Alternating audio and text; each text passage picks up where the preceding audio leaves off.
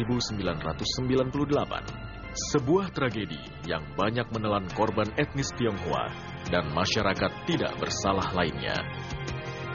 Sejak 1998 itu, Esther terus memperjuangkan kasus-kasus pelanggaran HAM dan diskriminasi. Dan atas perjuangannya menentang diskriminasi sosial,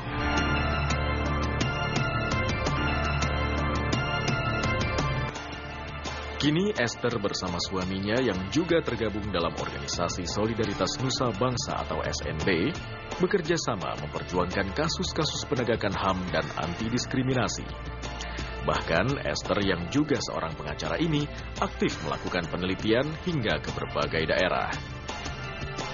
Saat ini, ia sedang menulis buku mengenai penelitiannya dalam implementasi dari Undang-Undang Penghapusan Diskriminasi Ras dan Etnis. Jauh sebelum bergabung dengan organisasi SNB, Esther banyak memberikan advokasi dan bantuan hukum melalui Lembaga Bantuan Hukum di Jakarta selama kurun waktu 3 tahun. Ketertarikannya pada bidang hukum sejak lulus sekolah menengah atas lebih sebagai upaya untuk membela kaum lemah yang tidak bersalah.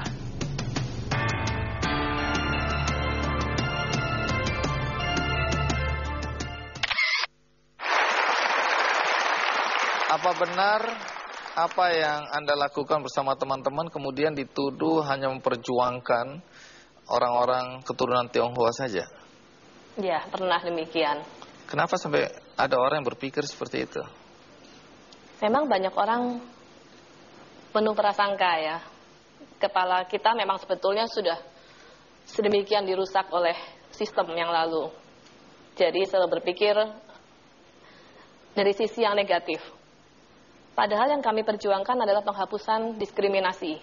Bagaimana manusia Indonesia bisa dipandang setara di depan hukum. Apapun rasnya, etnisnya, agamanya, latar belakangnya. Seharusnya setiap orang kan sama.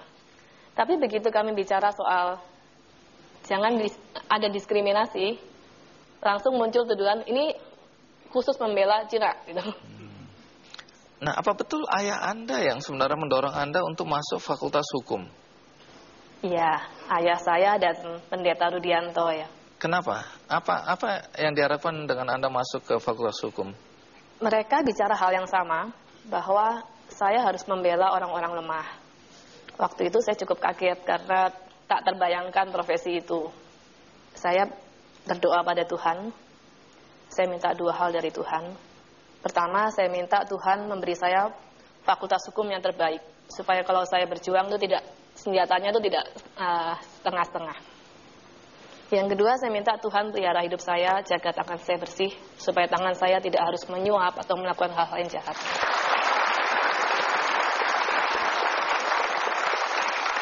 Tapi kapan persisnya masalah diskriminasi ini sudah menjadi perhatian Anda? Setelah Mei ya. Sebelumnya saya tidak sungguh-sungguh menyadari. Bahkan saya tidak tahu itu rasialisme. Kata-kata itu asing untuk saya ya. Memang sejak kecil adalah yang menyapa dengan nada negatif ya. Amoy gitu, dengan nada yang negatif. Amoy itu indah, cantik menurut saya. Tergantung Pak cara. Kalau siomay, itu baru problem. Ya, kesadaran itu baru muncul setelah diskusi dengan banyak teman. Ini rasialisme, dan saya baru menyadari. Bukan saya jadi yang pertama kali mengucapkan itu. Saya ingin tanya, ini saya penasaran ya.